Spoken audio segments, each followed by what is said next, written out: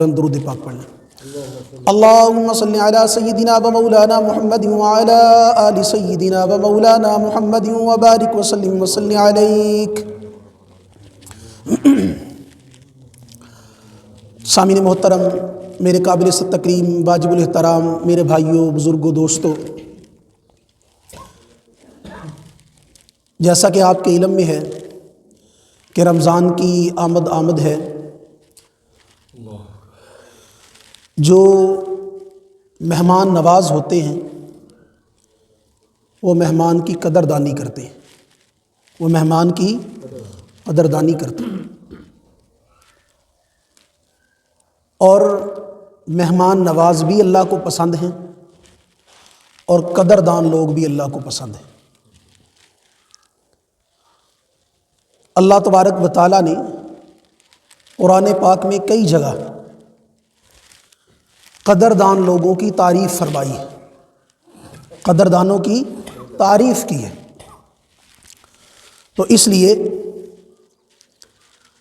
رمضان بھی ایک مہمان ہے، رمضان بھی مہمان ہے، اور یہ جتنے مہمان میرے ہاں آپ کے ہاں آتے ہیں،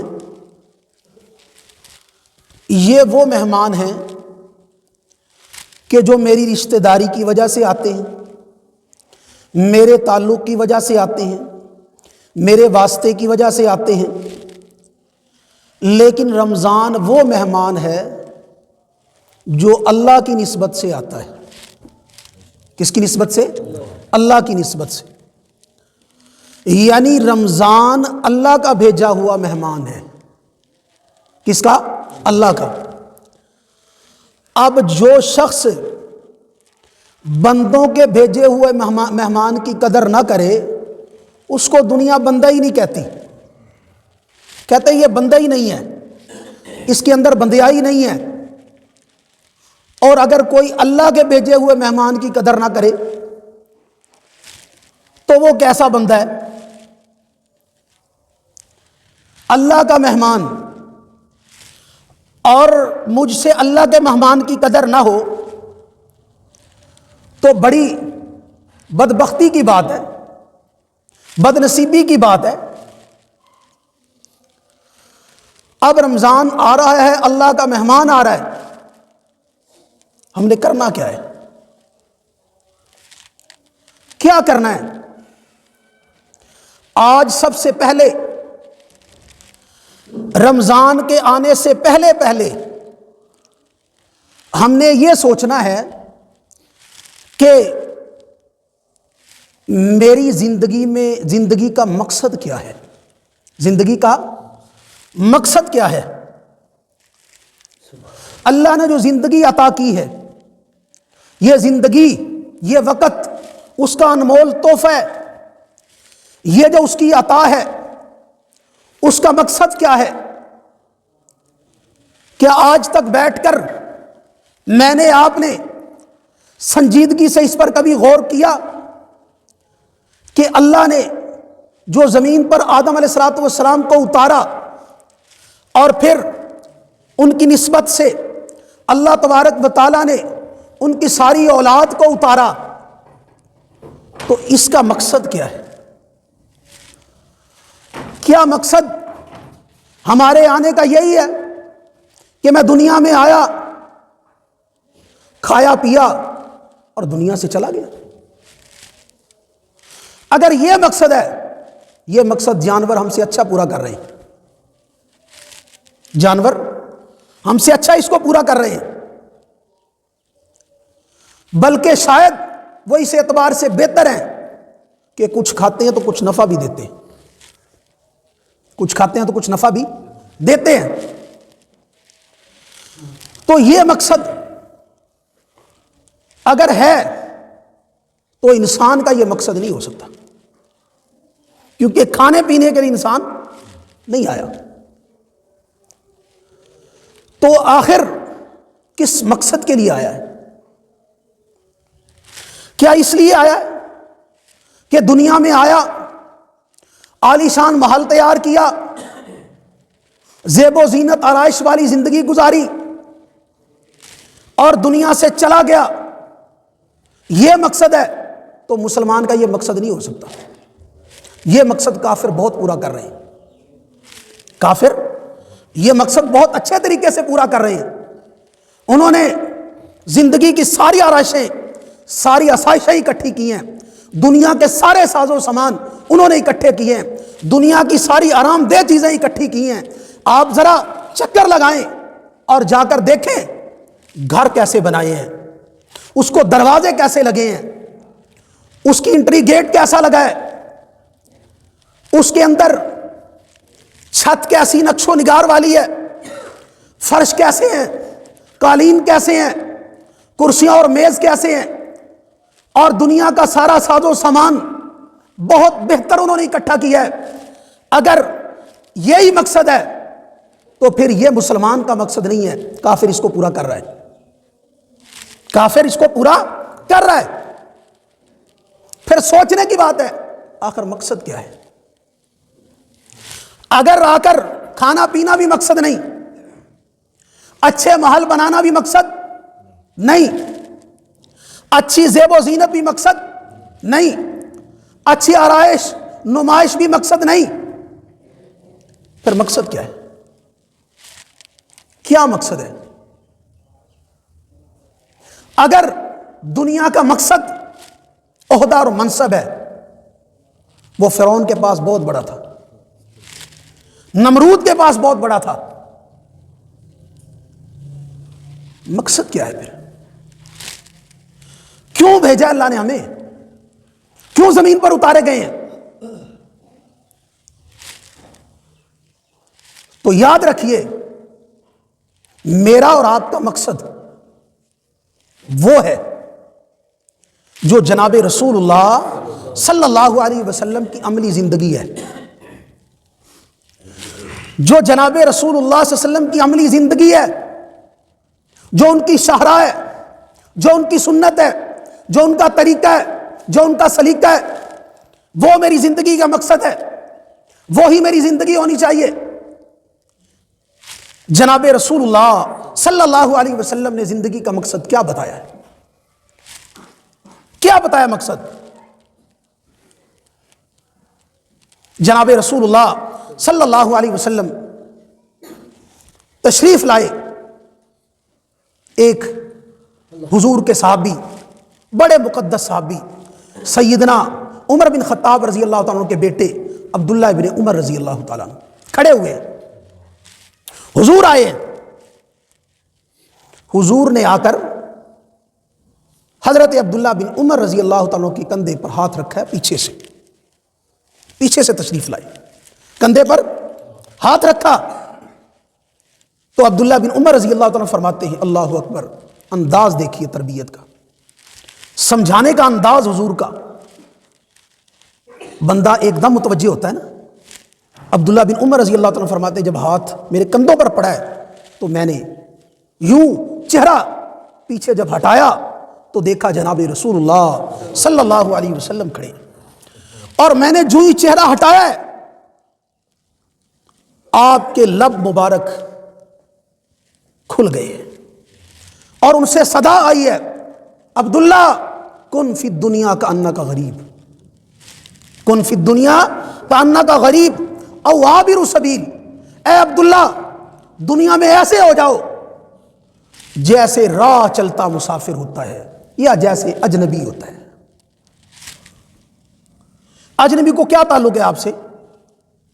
وہ یہاں پر آیا، اپنا کوئی کام تھا، وہ کام سے فارغ ہوا اور چلا گیا، اس نے آ کر یہاں گھر بنایا؟ بھئی مسافر آیا یہاں پر، اس نے آ کر گھر بنایا؟ نہیں۔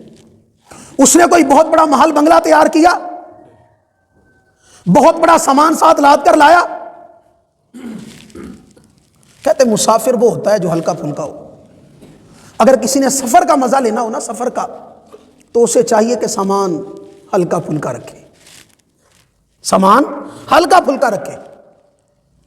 اور جس نے خدا کی زمین کا مزہ لینا ہو اسے چاہیے دنیا سے تعلق تھوڑا رکھے، دنیا سے تعلق تھوڑا رکھے۔ یہ سارا ساز و سامان جو میں اپنے اوپر لاد رہا ہوں نا، یہ سارا سامان اٹھا کر میں نے پل صراط سے گزرنا ہے۔ اتنا بوجھل آدمی کیسے پل صراط سے گزر سکتا ہے؟ کیسے گزرے گا؟ تو جناب رسول اللہ صلی اللہ علیہ وسلم نے عبداللہ بن عمر رضی اللہ عنہ سے فرمایا، کن فی الدنیا کا انک غریب او عابر سبیل، اے عبداللہ ایسے ہو جاؤ جیسے راہ چلتا مسافر ہوتا ہے۔ تو مسافر آیا، اس نے کوئی محل، کوئی بنگلہ، کوئی گھر تیار نہیں کیا۔ وہ جب آیا تو اس کے پاس کوئی بہت بڑا ساز و سامان نہیں تھا، چند ایک کپڑے جو اس کے شاپر میں تھے، وہی ساری اس کی کائنات تھی۔ ایک جوتا جو اس نے پہنا ہوا ہے، یہ ہے مسافر۔ تو حضور نے فرمایا، عبداللہ کیا ہو جاؤ؟ مسافر۔ تو مسافر کوئی لمبے چوڑے انتظامات نہیں کرتا۔ تو جناب رسول اللہ صلی اللہ علیہ وسلم نے عبداللہ بن عمر رضی اللہ عنہ کو مقصد بتایا دنیا کا، کہ دنیا میں کیسے رہنا ہے، کیسے زندگی گزارنی ہے۔ حضرت سیدنا ابو ذر غفاری ستہ رضی اللہ تعالیٰ عنہ، موت کا وقت آیا، بیوی بیٹھی ہوئی تھی، رو پڑی۔ ابو ذر رضی اللہ تعالیٰ عنہ کہنے لگے، کیوں رو رہی ہے، کیا ہوا ہے؟ کہ بس تمہاری جدائی میں، رہتے تھے جنگل میں، آس پاس آدمی کوئی نہیں، لوگ کوئی نہیں، شور شرابہ کوئی نہیں، دنیا کی آہوا کوئی نہیں، دنیا کا کوئی ساز و سامان کوئی نہیں، کوئی دور دور تک زندگی کا سامان کوئی نہیں، کوئی دکان کوئی نہیں، کوئی آسائش و آرام کوئی نہیں، کوئی بستی کوئی نہیں قریب، کوئی لوگ نہیں وہاں رہتے، کیسی زندگی ہوگی؟ سوچیں، کچھ نہیں۔ تو بیوی رو پڑی کہ تیری جدائی میں روتی ہوں۔ ابو ذر غفاری اللہ اکبر رضی اللہ تعالی عنہ، میں نے بہت مرتبہ یہ بات سنائی ہے کہ جناب رسول اللہ صلی اللہ علیہ وسلم کا جب وصال کا وقت تھا تو حضور نے کیا فرمایا تھا؟ ابو ذر مجھے نظر نہیں آ رہا، اس کو بلا کر لاؤ، اس کو ڈھونڈ کر لاؤ۔ صحابہ گئے ہیں، ابو ذر رضی اللہ تعالیٰ کو ڈھونڈ کر لائے، کہا یا رسول اللہ صلی اللہ علیہ وسلم، یہ آپ کا ابو ذر۔ اللہ اکبر۔ جناب رسول اللہ صلی اللہ علیہ وسلم نے ابو ذر کو دیکھتے ہی کہا، ابو ذر میرے گلے لگو، دنیا سے جا رہا ہوں، میرے سینے سے لگو، میں دنیا سے جا رہا ہوں۔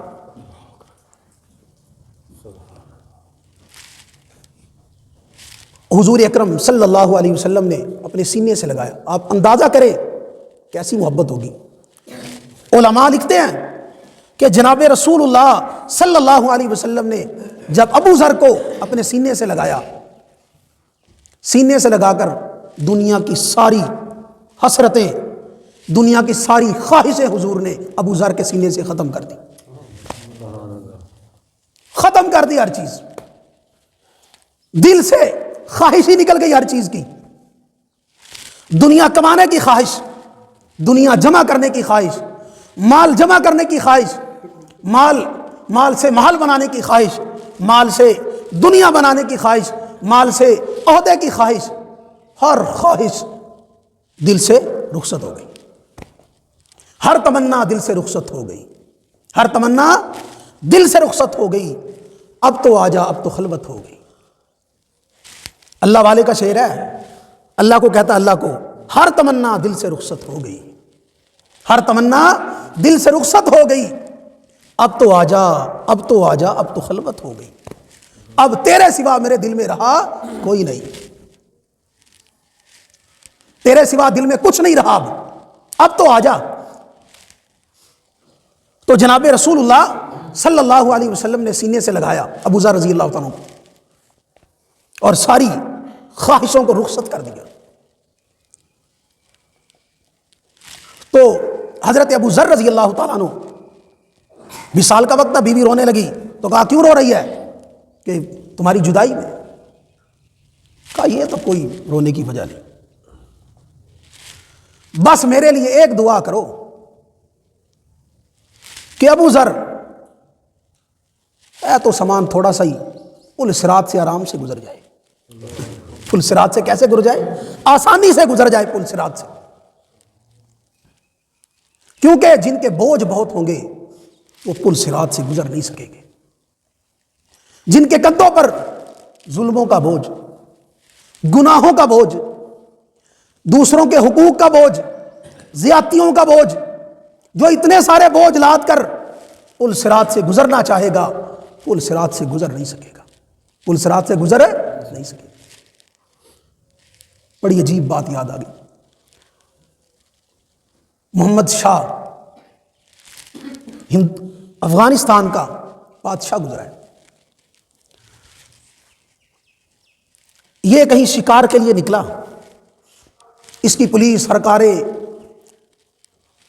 اور اس کی فوجیں سب ساتھ تھیں، بادشاہ تھا، بڑے ٹھاٹ باٹ سے نکلا ہے، بڑے ٹھاٹ باٹ سے آیا، تو جس وقت یہ شکار کھیلنے کے لیے نکلا، شکار کھیلا اس نے، اس کے جو ساتھ پولیس والے تھے، ذاتی گارڈ تھے جو، وہ کہیں سیر و تفریح کو نکلے تو ان کو ایک گائے نظر آئی وہاں پر چر رہی تھی، تو انہوں نے کہا میں کون پوچھ سکتا ہے، گائے پکڑ کر ذبح کر دی۔ کیا کی؟ ذبح کر، ذبح کر کے بھون کے گوشت خوب مزے سے کھایا اس کو۔ وہ تھی ایک کوئی بیوہ بڑھیا وہاں رہتی تھی، اس کی وہ گائے تھی، اس بیچاری کا گزر بسر اسی کے ساتھ تھا۔ تو جب وقت گزر گیا، اس کو گائے نہ ملی، بڑھیا کو ادھر ادھر دیکھا، ساری جگہ پتہ کیا، نہ ملی، تو کہیں سے پتہ لگا کہ جو بادشاہ کے ساتھ لوگ آئے ہوئے ہیں یہ انہوں نے ذبح کر کے کھا لی ہے۔ تو بڑھیا کو بہت دکھ، اب جس کی ساری کائنات ہی وہ گائے تھی، تو اس کے پاس بچہ کیا کھونے کے لیے، سب کچھ ہی کھو دیا جو کچھ تھا۔ تو وہ بڑھیا کو کسی نے کہا کہ جو بادشاہ ہے نا شاہ محمد، بہت نیک بادشاہ ہے۔ تو اس نے کہا میں کہوں گی کیسے اس کو، عرضی کیسے پہنچاؤں گی وہاں تک، میری عرضی پہنچے گی تو بات بنے گی نا۔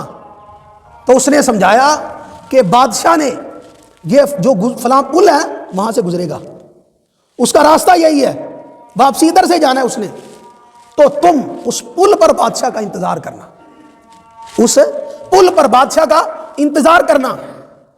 جب بادشاہ وہاں آئے تو پھر اپنی درخواست و عرضی بادشاہ کے سامنے رکھنا، امید ہے وہ تیری بات ضرور سنے گا۔ اب بڑھیا پل پر بیٹھ گئی، اللہ اکبر، بیٹھی آ کر، خیر بادشاہ آ گیا۔ جب بادشاہ آیا، اللہ اکبر، یہ بڑھیا اٹھ کر کھڑی ہوئی، اس نے کہا شاہ محمد میری بات سن کر جانا۔